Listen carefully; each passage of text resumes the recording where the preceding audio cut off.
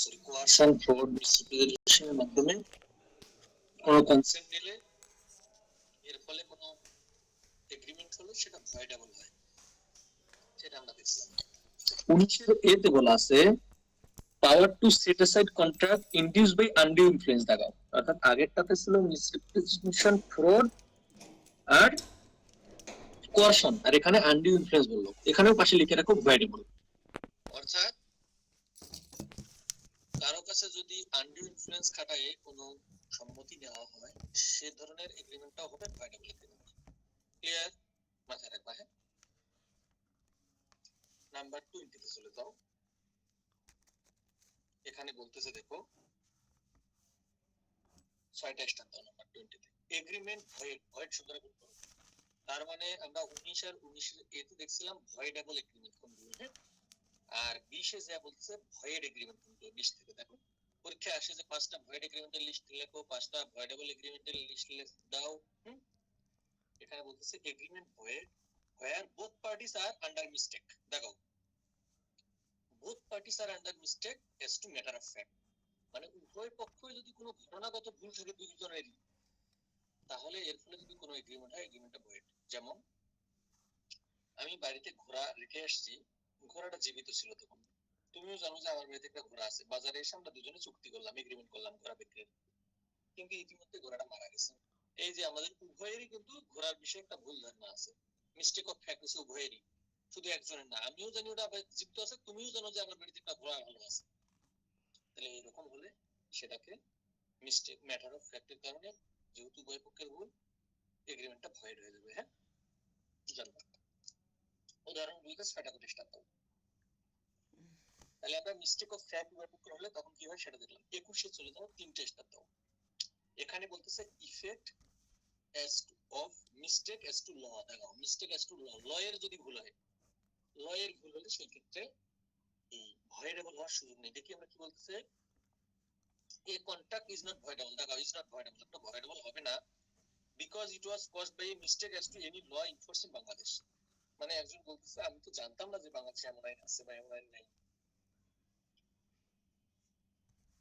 but a mistake as to law not in force in Bangladesh has the same effect as a mistake of fact। মানে বুঝাচ্ছে বাংলাদেশে প্রচলিত করা আইনের তোমার জানা ছিল না এই অজুহাত চলবে না।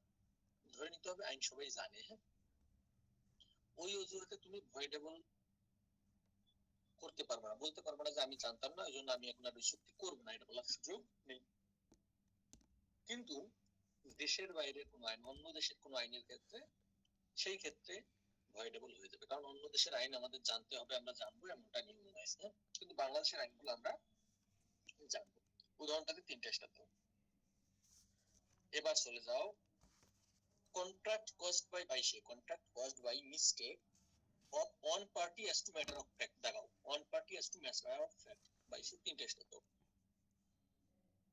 20 বলেছিল উভয় পক্ষের যদি ঘটনাগত ভুল হয় তখন কি হবে, ওইটা বলেছিল 20। আর 22 বলতেছে one party as to matter of fact, মানে একজনের যদি ঘটনাগত ভুল হয়, মানে দুইজনে জানতো ঘোড়া জীবিত আছে, ওইটা চুক্তি করলো। কিন্তু এখন একজন জানে জীবিত, দেখো আমি তোমার সাথে চুক্তি করতেছি বিক্রির, আমি জানি ঘোড়াটা আজকে মারা গেছে কিন্তু তুমি জানো না, তাহলে এই যে এক পক্ষ জানে আর এক পক্ষ জানে না, তখন কি হবে,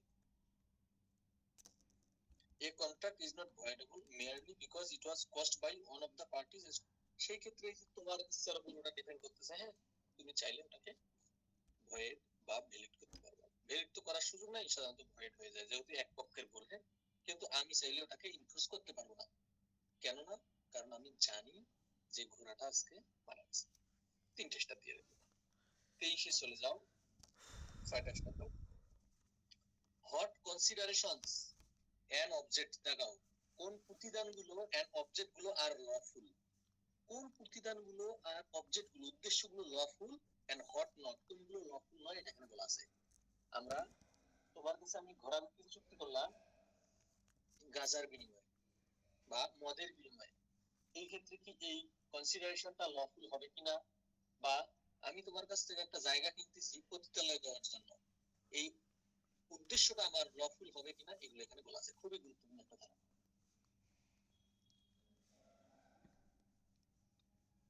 দেখো এখানে কি বলতেছে, the consideration or object of an agreement is lawful unless it is, দেখো মানে নিম্নোক্ত কয়টা গ্রাম বাদে, এই কয় ধরনের বাদে বাকি সমস্ত অবজেক্ট গুলো লফুল ধরা হবে। বলতেছে দেখো unless it is forbidden by law, জায়গায় একই রাখো। আইনে যদি কোনো উদ্দেশ্যকে নিষেধ করা থাকে, কোনো কনসিডারেশনকে নিষিদ্ধ করা থাকে, সেটা লফুল হবে না। জায়গায় এক লিখে রাখবে, unless it is forbidden by law. তারপরে বলতেছে is of such a nature, উদ্দেশ্যটা বা কনসিডারেশনটা এমন যে ইফ পারমিটেড, দেখো ইফ পারমিটেড, যদি পারমিট দেওয়া হয়, ই to defect the provision of any law, আইনের কোনো বিধানকে লঙ্ঘন করবে। যেমন একটা সিজনে পদ্মা থেকে ইলিশ ধরা নিষেধ থাকে, কিন্তু আমরা ওই সিজনে চুক্তি করলাম ইলিশ ধরতে, তাহলে ওটাকে যদি পারমিট করা হয় তাহলে কিন্তু আইনের বিধান লঙ্ঘন করতেছে, তাহলে এই অবজেক্টটাও এই কনসিডারেশনটাও লফুল নয়। জায়গায় 2 লিখে রাখো। হ্যাঁ, তারপর ইজ ফ্রডুলেন্ট, জায়গায় 3 লিখে রাখো, মানে উদ্দেশ্যটাই হলো প্রতারণামূলক। হ্যাঁ, তারপরে পরেরটা হচ্ছে involves or implies injury to the person or property of another, জায়গায় 4 লিখে রাখো, মানে এমন একটা উদ্দেশ্যে আমরা করতেছি বা এমন একটা কনসিডারেশন থাকতেছে যেটা আরেকজনের ক্ষতি বা প্রপার্টির ক্ষতি হিসেবে বিবেচিত হতে পারে। Or the court regard it as immoral, দেখাও, অথবা কোর্ট এটাকে বিবেচনা করতেছে ইমমরাল, দেখায় পরের নাম্বার দাও, 4 দাও বা 5 দাও, or oppose to public policy. দেখো এটা মানে এটাই বোঝাচ্ছে যে এমন একটা কনসিডারেশন, এই আগেরটাতে বলতেছে দেখো involves or implies injury to the person or property, মানে আমি আমার পাশের জমি তোমার কাছে বিক্রির চুক্তি করতেছি, শর্ত হলো তোমাদের মধ্যে ওখানে পুকুর খনন করতে হবে। তুমি যদি ওখানে পুকুর খনন করো, তাহলে ওর পাশে যে জমিটা, যার জমি আছে, তার জমির উপর তো মানে কি ইনজুরি হওয়ার সম্ভাবনা আছে, তার জমি ধসে যাওয়ার সম্ভাবনা আছে, তাহলে এমন অবজেক্ট বা এমন কনসিডারেশন গুলো লফুল নয়। এছাড়াও কি বললো, কোর্ট রিগার্ডেড অ্যাজ ইমমরাল, মানে আদালত বিবেচনা করতেছে এটা অনৈতিক, মানে এমন কোনো কাজ করতে চাচ্ছ, এমন কোনো কাজের জন্য এগ্রিমেন্ট করতেছো যেটা আদালতের কাছে বিবেচিত হচ্ছে এটা ইমমরাল, তাহলে সেই ক্ষেত্রে এটা লফুল হবে না। তারপর বলতেছে দেখো in each of this case, এই উপরে যে 5-6টা ক্ষেত্র দেখলাম, the consideration or object of an agreement is said to be unlawful, দেখো is said to be unlawful, এই উপরের কনসিডারেশন গুলোকে আনলফুল বলা হবে। এভরি, এবার সবচেয়ে গুরুত্বপূর্ণ একটা বিষয়, every agreement of which the object or consideration is unlawful, দেখাও যে এভরি এগ্রিমেন্ট, প্রতিটা agreement of which the object or consideration, যেখানে উদ্দেশ্যটা বা প্রতিদানটা আনলফুল ইজ ভয়েড বলবো।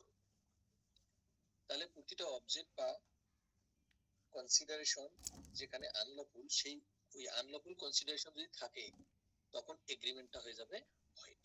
ভুল করে রাখবা, হ্যাঁ, ওটা ভয়েডেবল নয় কিন্তু, হ্যাঁ ওখানে বলা হচ্ছে ভয়েড, তার মানে আমরা মদ গাঁজা বিক্রির চুক্তি যদি করি সেটা ভয়েড হয়ে যাবে, মাথায় রাখো। উদাহরণগুলোতে 6টা করে স্টার্ট করতে, এবং এই যে 1 নাম্বার উদাহরণটা খুবই গুরুত্বপূর্ণ। হ্যাঁ,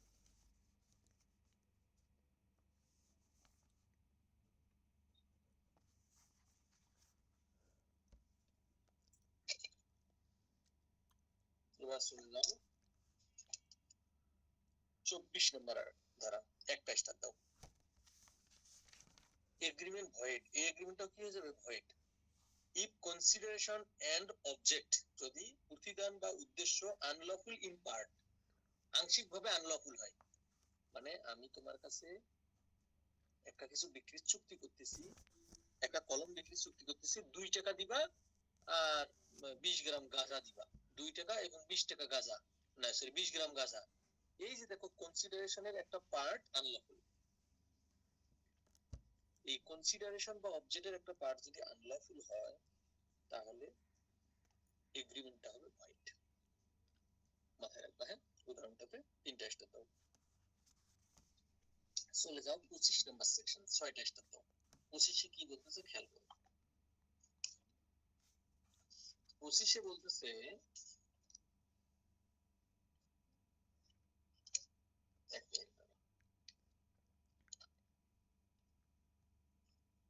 দেখো 25-এ বলতেছে এগ্রিমেন্ট উইদাউট কনসিডারেশন ভয়েড, দাবাও ভালো করে, তার মানে প্রতিদানবিহীন এগ্রিমেন্ট সবসময় ভয়েড, অর্থাৎ কোনো এগ্রিমেন্ট করতে গেলে অবশ্যই প্রতিদান থাকবে।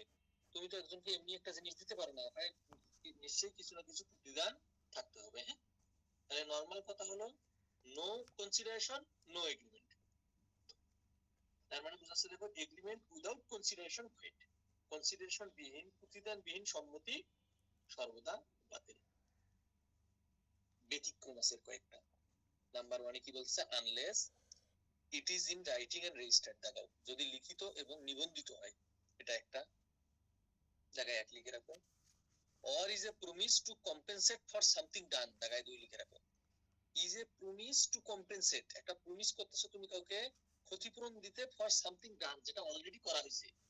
মানে তুমি আজ থেকে 6 মাস আগে আমার একটা কাজ করে দিয়েছো, সেই কাজের প্রতিদান দিতে যায় যদি আমি তোমাকে কোনো কিছু দিতে চাই এখন, সেই ক্ষেত্রে তোমার পক্ষ থেকে আলাদা কোনো কনসিডারেশন থাকার দরকার নেই, কারণ তুমি তো অলরেডি আমার একটা কাজ করে দিয়েছো।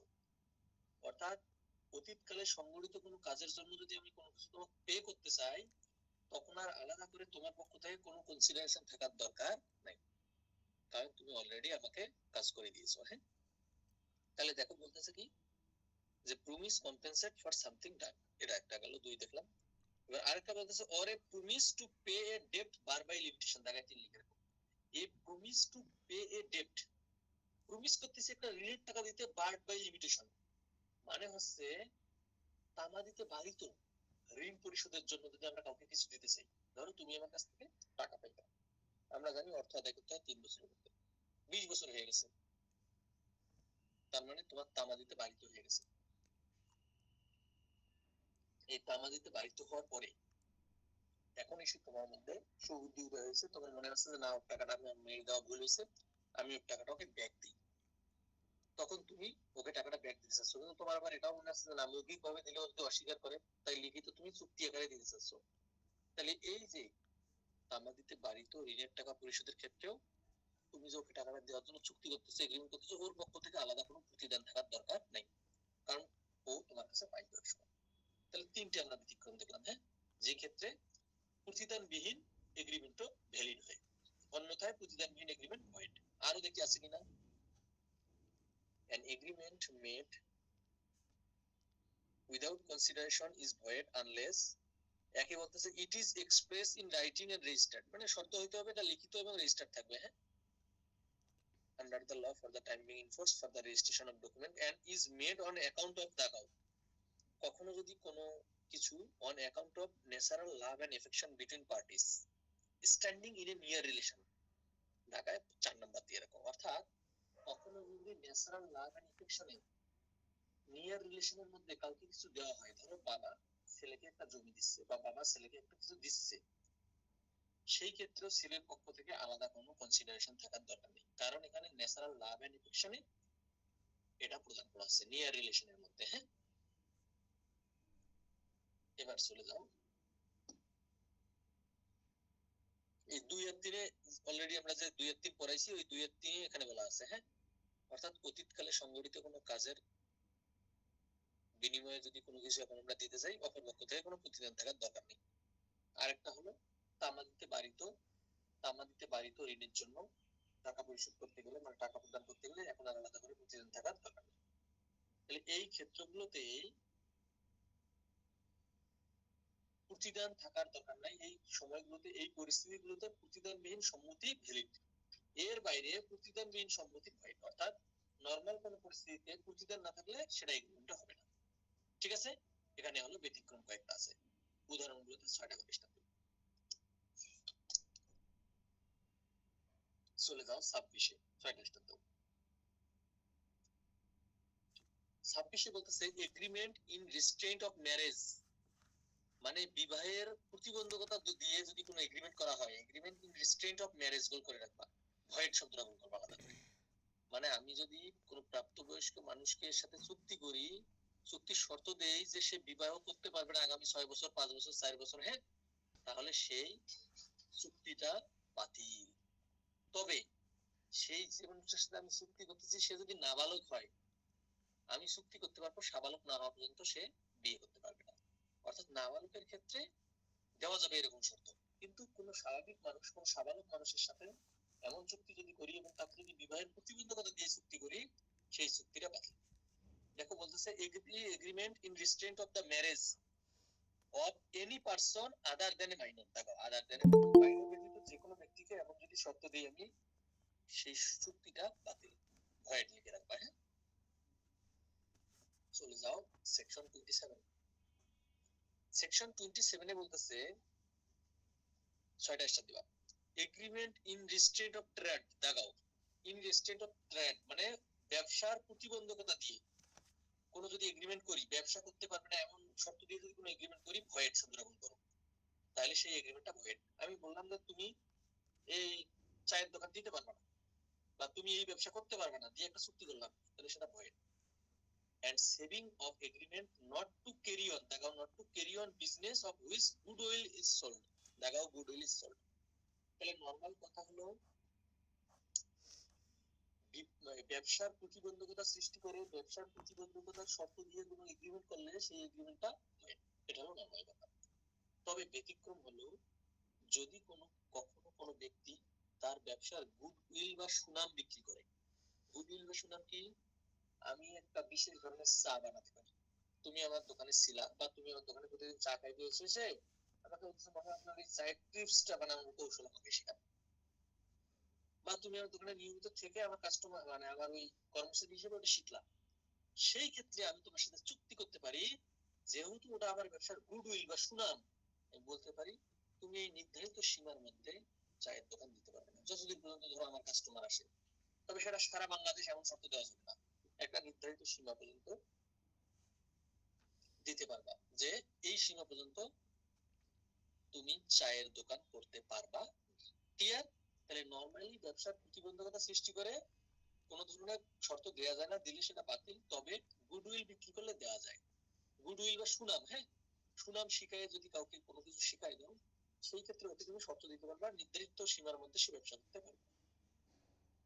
এই নির্ধারিত সীমা কতদূর এটা কোর্ট বিবেচনা করবে। দেখো এক্সেপশন শব্দটা, এক্সেপশনে 5টা শব্দ, ওখানে এটা বলা আছে on who sells the goodwill of a business, দেখাও যে ব্যক্তি কোনো ব্যবসার গুডউইল বিক্রি করবে, may agree with the buyer to refrain from carrying on a similar business, দেখাও বায়ারকে বলতে পারবে যে আপনি সেম বিজনেস করতে পারবেন না উইথিন স্পেসিফিক লোকাল লিমিট, দেখাও একটা নির্দিষ্ট সীমার মধ্যে, so long as the buyer or any person deriving title ইত্যাদি ইত্যাদি, মানে একটা নির্ধারিত সীমার মধ্যে পারবেন না। এই নির্ধারিত সীমা কতদূর পরে বলা হচ্ছে, এটা কোর্ট রিজনেবল যেটা মনে করবে। চলে যাও 28, এখানে 6টা দাও। এখানে বলতেছে agreement in restraint of legal proceeding void, গোল করো agreement in restraint of legal proceeding, কারোর সাথে তুমি চুক্তি করতে চাও, সে তোমার বিরুদ্ধে কোনো লিগ্যাল প্রসিডিং নিতে পারবে না, তাই এই এগ্রিমেন্টটাই ভয়েড। হ্যাঁ, এটা ভয়েড এগ্রিমেন্ট। চলে যাও 29 নম্বর সেকশন, 6টা স্টার দাও। এগ্রিমেন্ট ভয়েড, একটা এগ্রিমেন্ট কি হয়ে যাবে ভয়েড, যেটা গঠন করা হবে আনসার্টেনটির উপর, গোল করো আলাদা করে আলাদা আলাদা করে। তাহলে এগ্রিমেন্ট হবে ভয়েড যেটা আনসার্টেনটির উপর ভিত্তি করে করা হবে। আনসার্টেনটি মানে কি? ধরো আমার 3টা ঘোড়া আছে, আমার 3টা ঘোড়া, এখন আমি ওই ওখান থেকে একটা ঘোড়া তোমার সাথে বিক্রি চুক্তি করলাম 20,000 টাকায়, কোনটা ঘোড়া এটা কিন্তু নিশ্চিত করে দিলাম না, তাহলে এখানে একটা অনিশ্চয়তা থাকলো, এটা ভয়েড হয়ে যাবে। অথবা আমি তোমাকে বললাম আমার ওই একটা ঘোড়া তোমার কাছে হয় 50,000 টাকা অথবা 1 লাখ টাকা বিক্রি করবো, এই যে দেখো এখানে কিন্তু কনসিডারেশনটা অনিশ্চিত, 50,000 না 1 লাখ কোনটা আসল মূল্য এটা বোঝা যাচ্ছে না, তাহলে এই ক্ষেত্রেও এগ্রিমেন্টটা ভয়েড। ঠিক আছে, এখানে খুব সুন্দরভাবে অনেকগুলো উদাহরণ আছে, 6টা করে স্টার দেব উদাহরণগুলো। তাহলে যেই ক্ষেত্রে agreement the meaning of which is not certain, এগ্রিমেন্টের মিনিং যদি সার্টেন না হয় সেই এগ্রিমেন্টটা হয়ে যাবে ভয়েড। 30-এ চলে যাও, এখানে 5টা স্টার দাও। Agreement by way of wager void, মানে বাজি সম্পর্কিত চুক্তিগুলো বাতিল। মানে এই যে আমরা বিভিন্ন বাজি টাজি ধরা হয় না, বাজি টাজি ইয়া করা হয় না, এই বাজির চুক্তি সম্বলিত বাজির সম্পর্কিত চুক্তি সম্মতিগুলো বাতিল। এবং এই বাজির ফলে ধরো তুমি এই এই দেখা গেল এই সরি আইপিএল বা বিপিএল এর ম্যাচে টাকা লাগাইছো, লাগায় এখন অপরপক্ষ টাকা দিচ্ছে না, মাথায় রাখবে বাজি বাতিল, এবং ওই বাজির টাকা আদায়ের জন্য কোনো ধরনের মামলা দামলা করা যাবে না।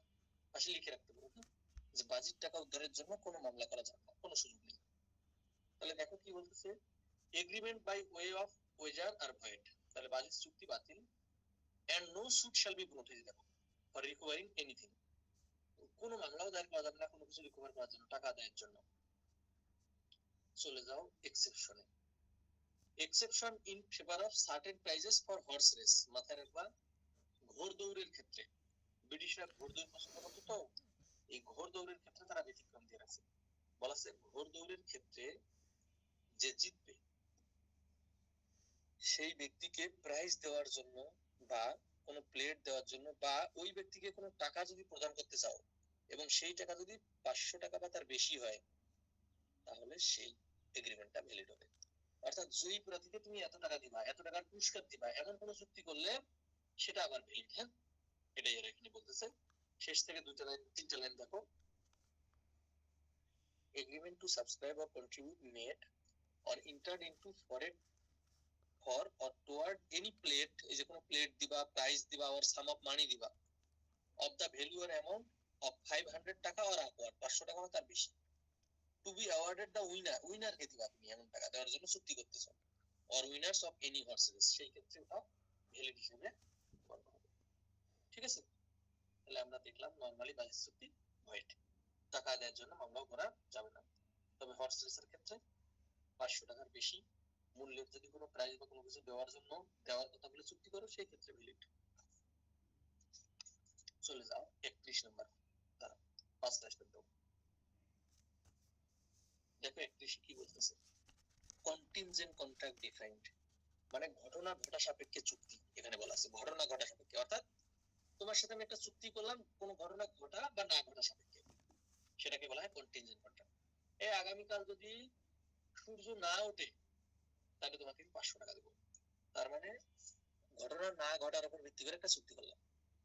তাহলে কালকে সন্ধ্যা পর্যন্ত যদি সূর্য না ওঠে তখন তুমি টাকা পাবা, এই যে এটা। অথবা আমি তোমাকে বললাম আগামীকাল যদি সূর্য ওঠে তোমাকে আমি এত টাকা দেবো, এই মর্মে একটা চুক্তি হলো। তাহলে এই যে ঘটনা ঘটা সাপেক্ষে একটা চুক্তি করলাম। তাহলে কাল যদি সূর্য উঠে যায় তাহলে টাকা দিব, আর যদি সূর্য না ওঠে সন্ধ্যা পর্যন্ত তাহলে টাকা পাওয়ার সুযোগ। দেখো বলতেছে a contingent contract is a contract to do, দেখো to do or not to do something, করা অথবা না করার উপর ভিত্তি করে একটা চুক্তি। if some event collateral to such contract does or does not happen, দেখো করা বা না করার উপর ভিত্তি করে একটা চুক্তি করলাম, কোনো কাজ ঘটা বা না ঘটাকে কেন্দ্র করে। ঠিক আছে, উদাহরণটাতে 5টা স্টেপ দাও। যেমন এখন এটা ঘটার উপর হইতে পারে, না ঘটার উপর হইতে পারে। 32 যা বলতেছে ঘটার উপর ভিত্তি করে। দেখো enforcement of contract contingent on an event happening, দেখো যদি কাজটা ঘটে মানে এই যে আগামীকাল যদি সূর্য ওঠে তাহলে তোমাকে আমি টাকা দেবো, তাহলে যে হ্যাপেনিং এর উপর ভিত্তি করে এটা। তাহলে বলতেছে দেখো contingent contract to do or not to do anything if an uncertain future event, তবে সেটা সাধারণত আনসার্টেন হতে হয়। হ্যাঁ, আমরা সূর্য তো সাধারণত উঠবে এটাই নিশ্চিত, তাই না? আনসার্টেন ফিউচার ইভেন্ট হতে হয়। তার মানে যেমন সে যদি আগামীকাল মারা যায়, এই এমন করে বললাম। হ্যাঁ, cannot be enforced by law unless and until that event has happened. হ্যাঁ, কিন্তু সে যদি আগামীকাল, দেখো আমি চুক্তিটা করলাম, সে যদি আগামীকাল মারা যায় তাহলে আমি তাকে এত টাকা দেবো। কালকে সারাদিন পার হয়ে গেছে, পরের দিন যে যদি মারা যায় তাহলে কিন্তু আর ওই চুক্তির কোনো ভ্যালুয়েশন নাই, কোনো মূল্য নাই। এটাই বলতেছে পরের লাইনটাতে, if the event becomes impossible, যদি এই ঘটনাটা ইম্পসিবল হয়ে যায় কারণ দিন পার হয়ে গেছে, such contract become void, তখন আর ওই চুক্তির কোনো গুরুত্ব বা মূল্য নাই। তাহলে আমরা দেখলাম কোন ঘটনা ঘটার উপর ভিত্তি করে এখানে বলা হলো। এবার বলতেছে তিনে চলে যাও, না সরি 33-এ, ওখানে না ঘটার। ভাই আমার একটা প্রশ্ন ছিল ভাই। বলো বলো। ভাই ওই যে মেবি 29-এ একটা ছিল না, যে কি বলে ওই যে আনসার্টেইনটির জন্য ভয়েড, আবার এইখানে ফিউচার আনসার্টেইন ইভেন্টের কথা বলতেছে, তাহলে কেমন হলো? মানে 29 আর 32 ওখানে ছিল যদি অনিশ্চয়তা থাকে। হ্যাঁ, মানে এক কথায় কোনো সার্টেন না, জিনিসটা কোনো সার্টেন না। যেমন কি আমি বললাম যে তোমার দোকান থেকে আমি চাল কিনবো, চালের মূল্য ঠিক হলো 50 টাকা করে, তোমার দোকানে 50 ধরনের চাল আছে, কোন চাল বিক্রির চুক্তি হলো এটা কিন্তু নিশ্চিত না। তার মানে এটা একটা অনিশ্চয়তার উপর ভিত্তি করে একটা কন্ট্রাক্ট হয়ে গেল, এটা 29 ধারায় যাবে এবং এটা ভয়েড। অর্থাৎ একটা অনিশ্চয়তা, ওখানে একটা কনসিডারেশনটা একটা অনিশ্চয়তা থাকবে কনসিডারেশনটাতে, ঠিক আছে। আর এখানে হলো কোন ভবিষ্যৎ অনিশ্চিত ঘটনা, ওটা একটা ছিল অনিশ্চয়তা, হ্যাঁ, ওটা কিন্তু কোনো ঘটনা না। আর এখানে হলো একটা অনিশ্চিত ঘটনা ঘটাবে না ঘটার উপর ভিত্তি করে কোনো এগ্রিমেন্ট যদি হয়। যেমন আমি বললাম, যেমন দেখো যে অনিশ্চিত ঘটনা কি, যে আমি তোমাকে এই 10 কাঠা মাটি দিব যদি তুমি আমার ছেলে মেয়ের জন্ম হওয়া পর্যন্ত বেঁচে থাকো। খেয়াল করো, তার মানে এটা কিন্তু একটা অনিশ্চিত ঘটনা। তুমি যদি বেঁচে থাকো, তুমি দেখা গেলো আমার ছেলে মেয়ে যখন জন্ম হলো তুমি তখনও বেঁচে আছো, তার মানে ওই ঘটনা ঘটে গেছে, তুমি এখন জমি পেয়ে যাবা। আর যদি আমার ছেলে মেয়ে জন্ম হওয়ার আগেই তুমি মারা যাও তাহলে জমি পাবা না। অর্থাৎ 29 আর এটা সম্পূর্ণ আলাদা। 29-এ বলা হচ্ছে আমি তোমাকে, আমার হাতে 2টা কলম আছে, খেয়াল করো আমার হাতে 2টা কলম, আমি বললাম একটা কলম আমি তোমার কাছে 5 টাকায় বিক্রি করবো। খেয়াল করো, আমি কিন্তু বলি নেই আমার সাদা কলমটা না কালো কলমটা, আমার কাছে সাদা আর লাল মানে কালো আর লাল আছে, 2টা আছে। আমি জাস্ট বললাম আমার কাছে একটা কলম তোমার কাছে 5 টাকায় বিক্রি করবো, এটাও একটা এগ্রিমেন্ট হলো। কিন্তু এখানে কালোটা না লালটা আমি উল্লেখ করে দিইনি, তার মানে এখানে একটা অনিশ্চয়তা থেকে গেছে, তার মানে এই এগ্রিমেন্টটা ভয়েড। এটা হলো 29 ধারার বিষয়, ঠিক আছে। আর এখন জি ভাই, বুঝতে পারছি। এবার তাহলে 33 ধারাটাতে তাই বলতেছে, দেখো এখানে 3টা স্টেপ দাও, 32 33-এ 3টে করে দাও। 33-এ বলতেছে enforcement of contract contingent on an event not happening, এই যে কোনো ঘটনা যদি না ঘটে, এই যে তুমি যদি আগামীকাল পর্যন্ত এটা না হয় সেটা না হয়, হ্যাঁ, তোমার জাহাজ একটা সমুদ্রে যাচ্ছে, জাহাজটা যদি আর ফিরে না আসে তাহলে আমি তোমাকে এত টাকা দিব, এই যে ফিরে না আসে মানে ঘটনা না ঘটে, হ্যাঁ, তাহলে এগুলোই হলো এই 33-এ বলা হচ্ছে কন্টিনজেন্ট কন্ট্রাক্টের বিষয়, হ্যাঁ। তাহলে আমরা দেখলাম কোনো ঘটনা ঘটা বা না ঘটার উপর ভিত্তি করে কোনো এগ্রিমেন্ট হলে সেটাই হলো কন্টিনজেন্ট কন্ট্রাক্ট। চলে যাও ধারা নাম্বার 36। এই যে তুমি যে প্রশ্নটা করলে ওটা আবার ক্লিয়ার করে দিচ্ছে, মানে দেখো 36-এ চলে যাও, 3টা স্টেপ দাও। বলতেছে agreement contingent on impossible event, এই যে দেখো, যদি কোনো অসম্ভব ঘটনার উপর কোনো এগ্রিমেন্ট করা হয়, মানে কন্টিনজেন্ট এগ্রিমেন্ট করা হলো ঘটনা ঘটা, কিন্তু এই ঘটনা ঘটাটাই হচ্ছে ইম্পসিবল। যেমন আমি বললাম যে আগামীকাল তুমি যদি সারাদিনে 5,000 মাইল হাঁটতে পারো, খেয়াল করো, আগামীকাল একটা শর্ত দিলাম এরকম ঘটনা ঘটা, কিন্তু এই ঘটনা যে ঘটাটা দিলাম এটা কিন্তু একটা অনিশ্চিত মানে অসম্ভব ঘটনা দিলাম। এখানে বলতেছে agreement contingent on impossible event, একটা স্বাভাবিক মানুষের পক্ষে 5,000 মাইল হাঁটা সম্ভব নয়। তাহলে যেহেতু এখানে অসম্ভব ঘটনা ঘটার উপর ভিত্তি করে একটা এগ্রিমেন্ট করা হলো, এই এগ্রিমেন্টই ভয়েড, ঠিক আছে। কারণ একটা স্বাভাবিক মানুষের পক্ষে 5,000 মাইল হাঁটা সম্ভব নয়। অথবা আমি বললাম যে যদি 2টা সোজা লাইন কখনো একসাথে লাগে আমি তোমাকে 1 টাকা দিব। দেখো তোর জীবনে 2টা কখনো একই দিক থেকে চলা সোজা লাইন একসাথে কিন্তু লাগবে না, তারা তো সমান্তরালে চলতেই থাকবে। এগুলো হচ্ছে ভয়েড, হ্যাঁ। তাহলে এই যে ভবিষ্যৎ ঘটনাটা ঘটার উপর ইয়ে দিলাম, এই ঘটনা ঘটাটা যদি অসম্ভব হয় তাহলে এগ্রিমেন্টটা ভয়েড হিসেবে কাউন্ট করা হবে, ঠিক আছে। এবার চলো, তাহলে এটা আমরা দেখলাম 36 উদাহরণগুলোকে 5টা করে দিবা, 36-এ 37-এ একটা স্টেপ দাও। Obligation of parties two contract, মানে একটা কন্ট্রাক্টের পার্টিদের অব্লিগেশনটা কি, দায়িত্বটা কি, দায়িত্বটা হলো তাদেরকে ওই চুক্তির কাজগুলো পারফর্ম করতে হবে, শুধু একটু জানবা। তাহলে তাদের কাজ হলো ওই দায়িত্বগুলো পালন করতে হবে, হ্যাঁ, চুক্তির বিষয়গুলো পারফর্ম করতে হবে। উদাহরণগুলোতে 3টে স্টার দাও।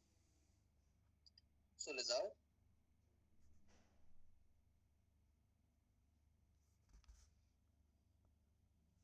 উনচল্লিশ নম্বর ধারায়, চলে যাও 5টা স্টার দাও।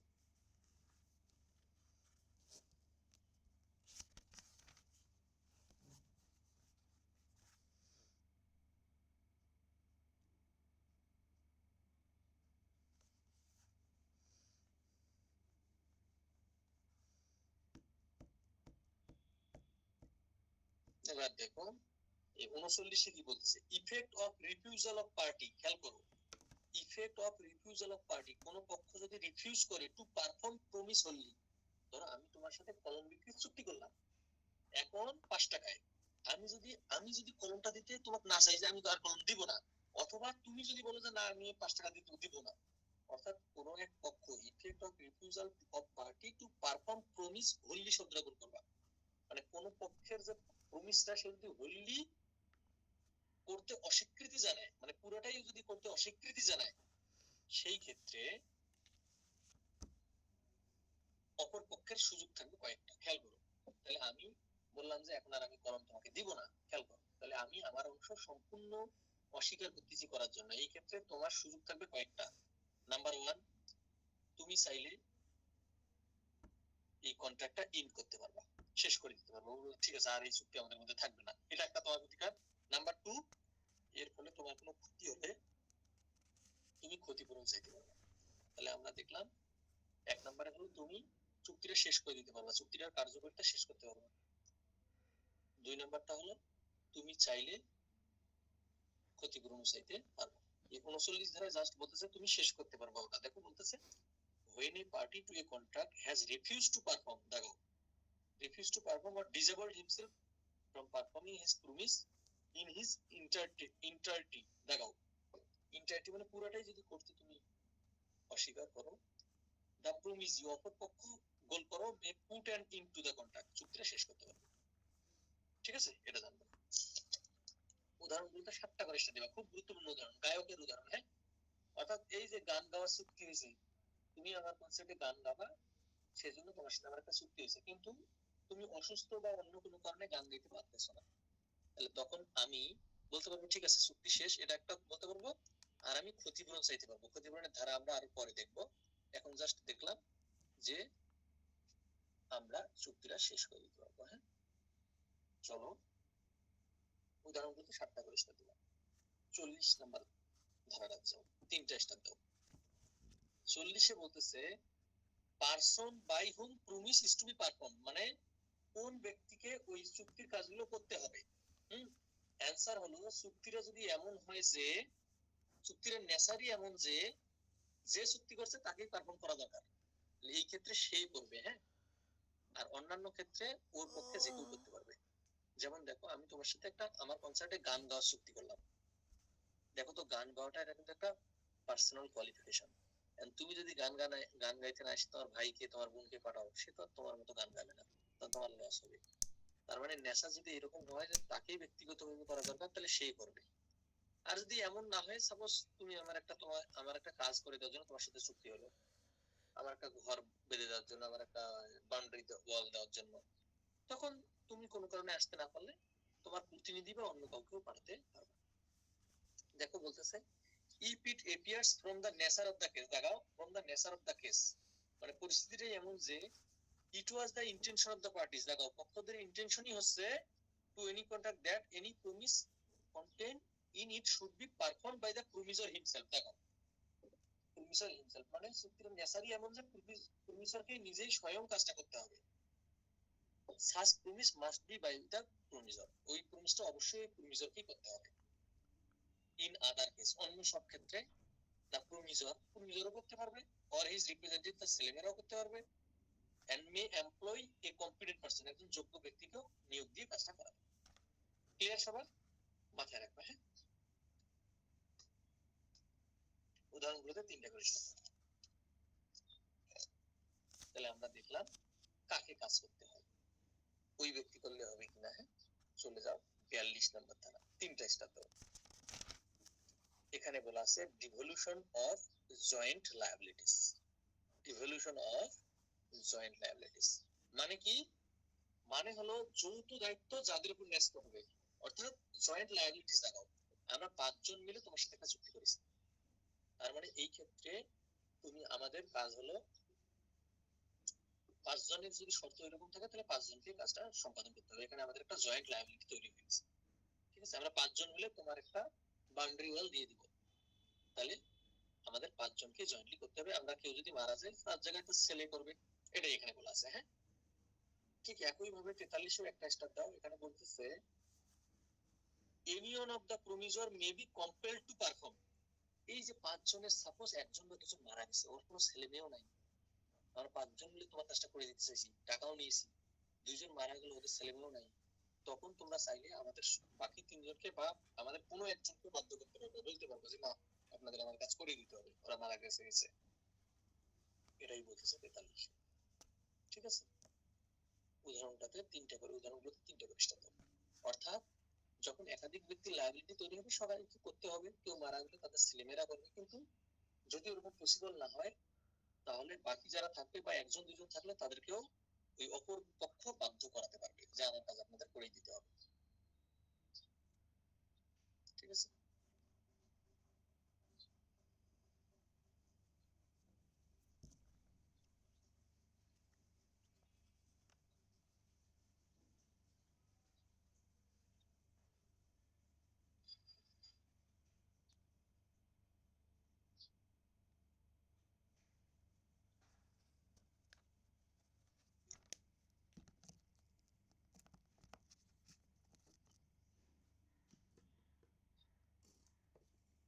এবার খেয়াল করো, তাহলে আমরা এটা দেখলাম। হ্যাঁ, 45 নম্বর ধারা, ডিভলিউশন অফ জয়েন্ট রাইট। তাহলে 41 43-এ দেখলাম, 42-এ দেখলাম ডিভলিউশন অফ জয়েন্ট লায়াবিলিটি, মানে যৌথ দায়বদ্ধতা দেখলাম, আর এখানে যৌথ অধিকার। সেম কাহিনী, সেম কথা। অর্থাৎ যখন আমরা একাধিক ব্যক্তির সাথে চুক্তি করব তাদের আমার উপর তাদের একটা যৌথ কিন্তু রাইট আছে, মানে একটা অধিকার আছে, সেটা এখানে বলতেছে। শুধু হেডিংস জানবা। 46-এ চলে যাও, একটা স্টার দাও।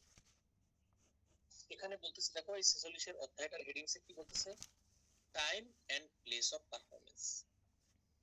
কখন এবং কোথায় একটা চুক্তি সম্পাদন করতে হয়।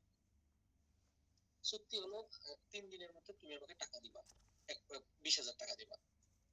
এখন তুমি টাকা নিয়ে আসছো, কোনো একদিন রাত 3টের সময় এসে আমাকে ডাকতেছে, এটা কি টাইম বলো তো? সেই ক্ষেত্রে বলা হচ্ছে দেখতে হবে চুক্তির মধ্যে সময় উল্লেখ আছে কিনা। চুক্তির মধ্যে যদি উল্লেখ থাকে 9টা থেকে 3টার মধ্যে, 9টা থেকে 5টার মধ্যে টাকা দিতে হবে, তাহলে ওই টাইমে আসতে হবে। আর চুক্তির মধ্যে যদি টাইম উল্লেখ না থাকে তাহলে রিজনেবল টাইমে আসতে হবে। দেখো 46-এর প্রথম প্যারাটার শেষের কয়েকটা শব্দতে যাও, উইথিন এ রিজনেবল টাইম। তাহলে সময় উল্লেখ থাকলে ওই সময়ের মধ্যে করতে হবে। যদি আমার উল্লেখ থাকে যে যে কোনো দিন 10টার মধ্যে দিতে হবে, তাহলে 10টার মধ্যে দিতে হবে। আর সময় উল্লেখ না থাকলে রিজনেবল টাইমে দিতে হবে। ক্লিয়ার? মাথায় রাখবা। হ্যাঁ, এবার চলে যাও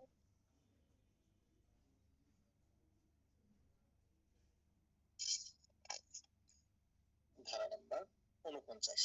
তাহলে 48-এ বললো, সরি 46-এ বললো টাইম রিলেটেড। হ্যাঁ, 49-এ বলতেছে প্লেস রিলেটেড।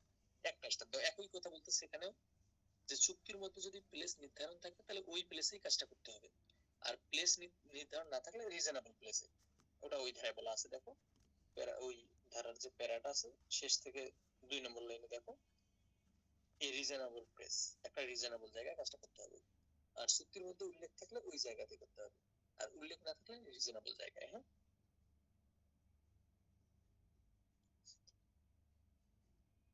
চলে যাও 51 নম্বর ধারা, 2টা স্টার দাও। দেখো 51 নম্বর ধারা কি বলতেছে,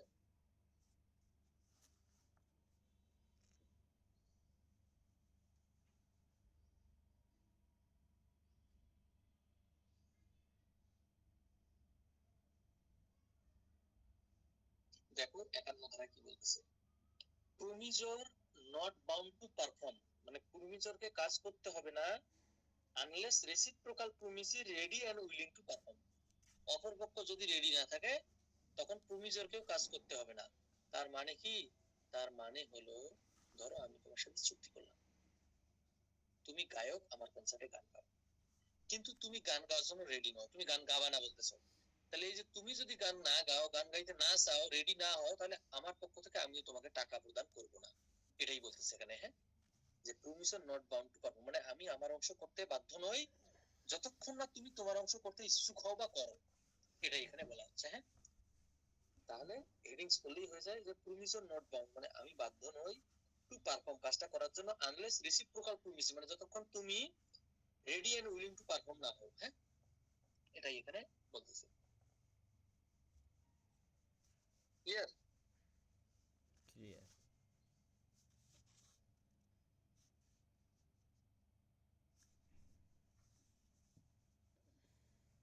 ঠিক আছে, তাহলে আমরা এই পর্যন্ত দেখলাম। হ্যাঁ, এবার চলে যাও সামনে।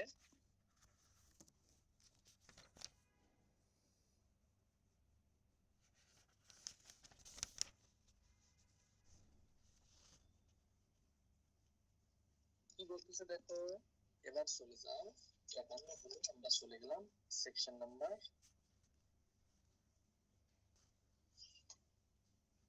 ৫৬ তে চলে যাও। খুব গুরুত্বপূর্ণ একটা সেকশন। স্টার দাও, ৭টা স্টার দাও। হ্যাঁ, খুবই গুরুত্বপূর্ণ, খুবই গুরুত্বপূর্ণ। কি বলতেছে দেখো, এখানে কয়েকটা জিনিস বলা আছে। সর্বপ্রথম বলা আছে agreement to do impossible act, মানে কোনো অসম্ভব কাজ করার জন্য যদি এগ্রিমেন্ট করা হয়। এর আগে আমরা দেখছি এই জিনিসটা, যে কোনো অসম্ভব কাজ করার জন্য যদি এগ্রিমেন্ট করা হয়, তাহলে an agreement to do an act impossible in itself is void. গোল করো। তাহলে কোনো অসম্ভব কাজ করার জন্য যদি কোনো এগ্রিমেন্ট করা হয় সেটা void, মাথায় রাখবা। হ্যাঁ, এখানে আর কোনো কথা নেই। অসম্ভব কাজ করার জন্য এগ্রিমেন্ট করা হয়েছে মানে সেটা void। এবার দ্বিতীয় অংশে বলতেছি, দেখো এই দ্বিতীয় অংশে দুইটা ডক্ট্রিন কিন্তু আছে, লিখে রাখো। ওই ধারার সাথেই তোমরা লিখে রাখো, যদি আসে পরীক্ষা কোন ধারার সাথে, যে ৫৬ ধারায় দুইটা ডক্ট্রিন আছে। একটা নাম্বার 1 ডক্ট্রিন অফ ফ্রাস্ট্রেশন, এবং আরেকটা ডক্ট্রিনের নাম হচ্ছে ডক্ট্রিন অফ সুপারভেনিং ইম্পসিবিলিটি। তাহলে ডক্ট্রিন অফ ফ্রাস্ট্রেশন বা ডক্ট্রিন অফ সুপারভেনিং ইম্পসিবিলিটি কি জিনিস, এই দুটো দেখো। মানে হলো, ধরো আমি তোমার সাথে ঘোড়া বিক্রির চুক্তি করলাম বাজারে এসে, আমিও বাড়িতে দেখে এসেছি ঘোড়া ভালো আছে, তুমিও জানো যে ঘোড়াটা ভালো, কিন্তু ঘোড়া মারা গেছে। এই যে দেখো, চুক্তি করার সময় আমরা জানতাম কাজটা সম্ভব ছিল, কিন্তু পরবর্তীতে বাস্তবায়ন করার আগেই এটা অসম্ভব হয়ে পড়লো। এটাকেই বলা হয় সুপারভেনিং ইম্পসিবিলিটি, মানে পরবর্তী অসম্ভবতা। মানে চুক্তি করার সময় সম্ভব ছিল, কিন্তু পরবর্তীতে একটা অসম্ভবতা অ্যারাইজ করলো। হ্যাঁ, তাই আর ওটা সম্ভব হচ্ছে না। তাহলে এটাকেই বলা হয় ডক্ট্রিন অফ সুপারভেনিং ইম্পসিবিলিটি। আর ডক্ট্রিন অফ ফ্রাস্ট্রেশন কি জিনিস, একই কথা। ডক্ট্রিন অফ ফ্রাস্ট্রেশন মানে হচ্ছে, মানে চুক্তিটা করার সময় আমরা আশা করছিলাম যে কাজটা করা যাবে, কিন্তু পরে আমরা হতাশ হয়ে গেলাম। ওই যে পরে মারা গেল, ঘোড়া মারা গেল, তার মানে এখানে আমাদের একটা হতাশা চলে আসলো, আমরা ভাবছিলাম যে কাজটা হবে। তাহলে এই যে এটাকে বলা হয় ডক্ট্রিন অফ ফ্রাস্ট্রেশন, মানে হতাশ হয়ে গেল।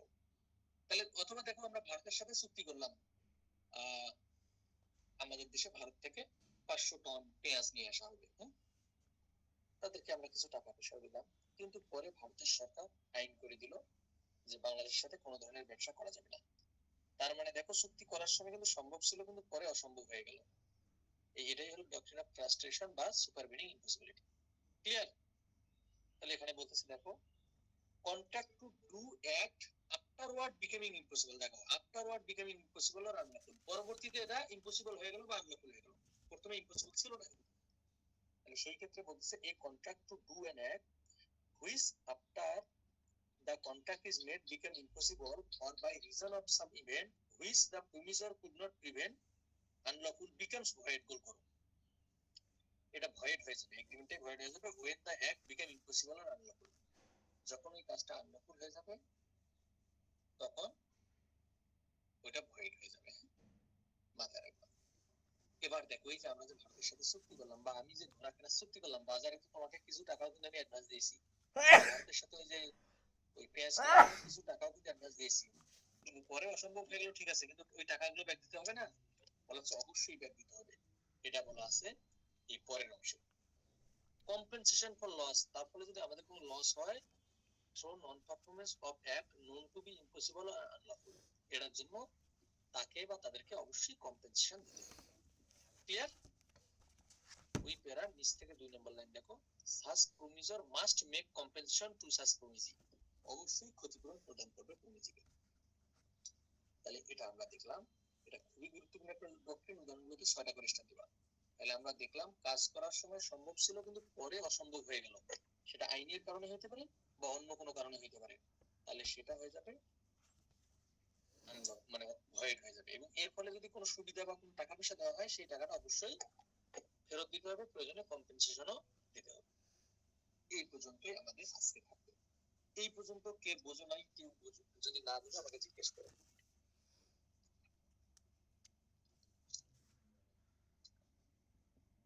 বলো, এই পর্যন্ত পর্যন্ত কারো কোনো জানার বা কোথাও কোনো কনফিউশন থাকলে আমাকে জিজ্ঞেস করো। ভাই কন্টিনজেন্ট কন্ট্রাক্টের ওইটা আরেকটু ক্লিয়ার করলে মনে হয় একটু ভালো হতো। আচ্ছা, কোনো কাজ ঘটা বা না ঘটার উপর ভিত্তি করে কোনো এগ্রিমেন্ট করলে সেটাই কন্টিনজেন্ট কন্ট্রাক্ট। সহজভাবে জানবা, কোনো কাজ ঘটা বা না ঘটার উপর। এই কালকে তুমি সারাদিন আমার সাথে থাকবা, তুমি যদি কালকে সারাদিন থাকো আমার সাথে তাহলে হবে। অর্থাৎ কোনো কাজ ঘটা, মানে কালকে তুমি সারাদিন আমার সাথে থাকবা, এই যে কোনো কাজ ঘটা। বা আমরা বললাম যে এই যে তোমার একটা জাহাজ সমুদ্রে যাচ্ছে, জাহাজটা যদি ভালোই ভালোই ফিরে আসে, এই যে ঘটা ফিরে আসে, তাহলে তোমাকে আমি এত টাকা দিব। এই যদি জাহাজ ফিরে এসে টাকা পাবা, মানে কোনো কাজ ঘটার উপর, যেহেতু জাহাজ ফিরে আসছে কাজটা ঘটে গেছে। একই ভাবে কোনো কাজ না ঘটার উপর ভিত্তি করে, তার মানে আমি তোমার সাথে এগ্রিমেন্ট করলাম এই তোমার জাহাজটা যে সমুদ্রে যাচ্ছে, যদি জাহাজটা ফিরে না আসে আমি তোমাকে এত টাকা দিব। তার মানে না ঘটা। তাহলে তোমার জাহাজটা ফিরে আসলো না, 6 মাস নাই, 1 বছর নাই, সাধারণত জাহাজ 3 দিন পর ফিরে আসে, তোমারটা 1 বছর হয়ে গেছে, এক নাই। টাকাও নাই বিকাশে। তার মানে ঘটনাটা না ঘটা, যেহেতু জাহাজটা ফিরে আসেনি, তোমাকে আমার টাকাটা দিতে হবে। বুঝছো? অর্থাৎ কোনো কাজ ঘটা বা না ঘটার উপর ভিত্তি করে এই এগ্রিমেন্টটা হয়ে থাকে। ক্লিয়ার? জি ভাই। তারপর আর কেউ কোনো জানার থাকলে জিজ্ঞেস করো। অনেক দূর গেছে কিন্তু আজকে পড়ায়। ফার্স্টেশন আর সুপারভেনিং ইম্পসিবিলিটি এই দুটো কি একই না একটু পার্থক্য আছে? অলমোস্ট একই, তোমরা একই বলবা, তবে দুইটার যদি কখনো পার্থক্য সেও থাকে তাহলে পার্থক্যটা এরকম হবে। সুপারভাইনিং ইম্পসিবিলিটি মানে পরবর্তী অসম্ভবতা, হ্যাঁ, পরে একটা অসম্ভবতা অ্যারাইজ করছে। আর ফ্রাস্ট্রেশন মানে কাজ করার পরে দেখতেছো আর ওটা পালন করা সম্ভব নয়, হতাশা চলে আসলো। ঠিক আছে? অর্থাৎ কাজটা আশা নিয়ে করলা কিন্তু পরে হতাশ হচ্ছে, এটাকে বলা হয় ফ্রাস্ট্রেশন। সাধারণত একই জিনিসই বোঝায়। বাড়ি বিক্রির চুক্তি করলা কিন্তু রাতে বাড়ি ঘূর্ণিঝড়ে পুরোটা ভেঙে গেল, তার মানে এখানে তুমি ফ্রাস্ট্রেট হয়ে গেলা, হতাশ হয়ে গেলা। কিন্তু ওই একই কাজ, এটা তো হলো কেন? পরবর্তী এই যে ঝড় আসার কারণে অসম্ভবতা, দুটাই অলমোস্ট সেম। তারপরেও যদি কখনো আসে দুইটা আলাদা করে, একই রকম করে একই কনসেপ্ট দিয়ে দুইটা আলাদা করে লিখবা। সাধারণত দুইটা আলাদা করে আসে না, যে কোনো একটা আসে। হ্যাঁ,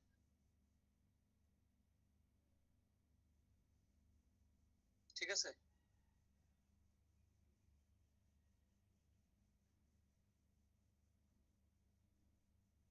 তাহলে এই হলো আমাদের আজকের পড়ালেখা। হ্যাঁ, আর কারো কোনো কিছু জানার থাকলে জিজ্ঞেস করো, না হলে আমরা পরের দিন দেখবো। ঠিক আছে, সবাই ভালো থাকো তাহলে।